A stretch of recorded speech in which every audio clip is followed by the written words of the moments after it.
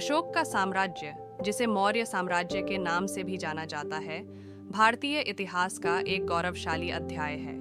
अशोक महान, जिन्होंने इस साम्राज्य को उसकी उच्चता पर पहुंचाया, एक ऐसे शासक थे जिन्होंने अपने जीवन में अहिंसा और धर्म का प्रचार किया। अशोक का साम्राज्य विस्तार में विशाल था, जिसमें वर्तमान भारत, पाकिस्तान, नेपाल, बांग्लादेश और अफगानिस्तान के कुछ हिस्से शामिल थे।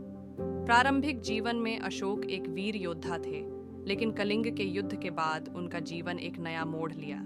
इस युद्ध में भयंकर रक्तपात और विनाश को देखकर अशोक का हृदय परिवर्तित हुआ। उन्होंने युद्ध और हिंसा का त्याग किया और बौद्ध धर्म की शरण में आ गए। उन्होंने अपने साम्राज्य में शांति और धर्म का प्रचार किया।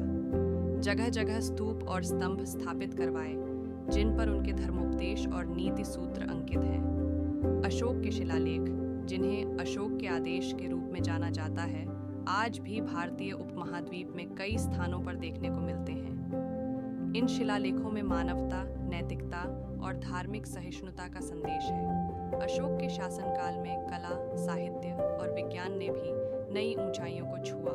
उनकी न्यायप्रियता और धर्मपरायणता ने उन्हें जन जन का प्रिय बनाया। उनके शासन का मुख्य ध्येय जन कल्याण और धर्म का पालन था, जो उन्हें इतिहास के महानतम शासकों में से एक बनाता है। इस प्रकार अशोक का साम्राज्य केवल भौतिक और सैन्य शक्ति का प्रतीक नहीं था, बल्कि नैतिक और आध्यात्मिक शक्ति का भी प्रतीक था, जिसने भारतीय उपमहाद्वीप को एक नए दिशा में